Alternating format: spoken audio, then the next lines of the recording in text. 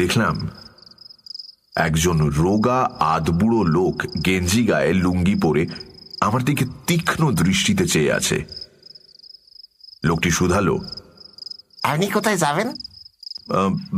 বীরশিলা যাব। আসুন না, আমার গাড়ি আছে। না, এত রাতে যাব না। যাদের বাড়ি যাব তারা এখন অঘরে ঘুমোচ্ছেন। এত রাতে তাদের জাগিয়ে বিরক্ত করে লাভ নেই। কি এমন রাত হয়েছে? রাত 9টাও বাজেনি এখন। 15 মিনিটের মধ্যে পৌঁছে দেব আপনাকে। আসুন। কি বলছো হে? খুব কম হলেও রাত 12টা হবে এখন। এই বলে হাতের রিস্ট ওয়াচের দিকে তাকালাম। তাকিয়েই একেবারে হতভম্ব হয়ে গেলাম।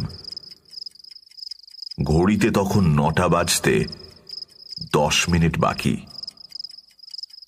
ব্যাপারটা কি হলো আমার মাথায় ঢুকছে না। আমার স্পষ্ট মনে রয়েছে আমি যখন নন্দনপুর পৌঁছই তখন ঘড়িতে দেখেছিলাম 11টা বেজে 15 মিনিট হয়ে গেছে। সেই হিসেব মতো এখন তো 12টা বাজার কথা। আমি আবার ঘড়ির দিকে তাকালাম। হ্যাঁ, ঠিক 10 মিনিট দেরি রয়েছে 9টা বাজতে। তাহলে আগে যা দেখেছি সেটা চোখের ভুল ছাড়া কিছু নয়। ইস, এতক্ষণ অযথাই আমি ওয়েটিং রুমে বসে আছি। ট্রেন থেকে নেমে যদি স্টেশনের বাইরে যেতাম তাহলে গাড়িও পেয়ে যেতাম এবং সুজয়দের বাড়িও এতক্ষণে পৌঁছে যেতাম। এমন চোখের ভুল তো আমার কখনো হয়নি। একেই বলে গ্রহের ফের। বাবু, লোকটির ডাকে আমি সম্বিত ফিরে পেলাম। বাবু, যাবেন নাকি? আমি এবার গাঁয়ে ফিরে যাব। আপনাকে নিয়েই যাই। এরপর আপনি কিন্তু আর গাড়ি পাবেন না। বেশ, চলো। বীরশিলায় মারুজ্জে পাড়ার হরিমোহন সান্যালের বাড়ি যাব। তুমি চেনো তো? লোকটি আর কথা না বলে এগিয়ে চলল। আমি ওর পিছন পিছন স্টেশনের বাইরে এলাম। ভীষণ অন্ধকার, কিচ্ছু নজরে পড়ে না।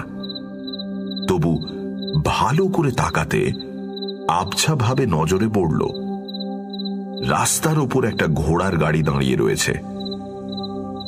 গাড়িটা প্রায় অন্ধকারে মিশেই দাঁড়িয়ে রয়েছে। নিঝুম রাত, কোথাও কোনো সাড়া শব্দ নেই। রাত 9টা বাজেনি, অথচ রাতের এমন চেহারা।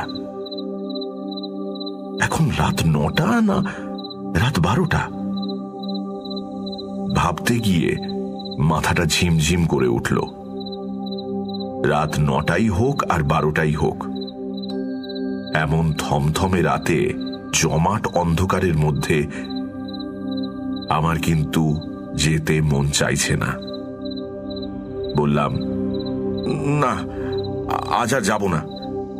এই শোনো, কাল সকালেই যাব। শুনে লোকটা স্থির দৃষ্টিতে আমার দিকে তাকালো। লোকটার একেবারে কাছেই আমি দাঁড়িয়েছিলাম। দেখতে পেলাম তার চোখের তারা দুটো। অস্বাভাবিক রকমের স্থির সে চোখের দৃষ্টি। মনে হলো তার চোখ দুটো পাথরের। এ কেমন চোখ, এ কেমন চাহনি!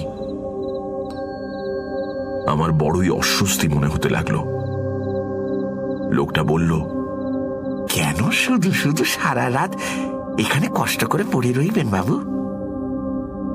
আমরা ততক্ষণে গাড়িটার কাছে এসে দাঁড়িয়েছি। দেখলাম ওটা একটা ফিটন গাড়ি। ঘোড়াটাও খুব তেজি, কিন্তু ঘোড়াটা এমন স্থির হয়ে দাঁড়িয়ে রয়েছে ওটাকে জ্যান্ত বলেই মনে হচ্ছে না।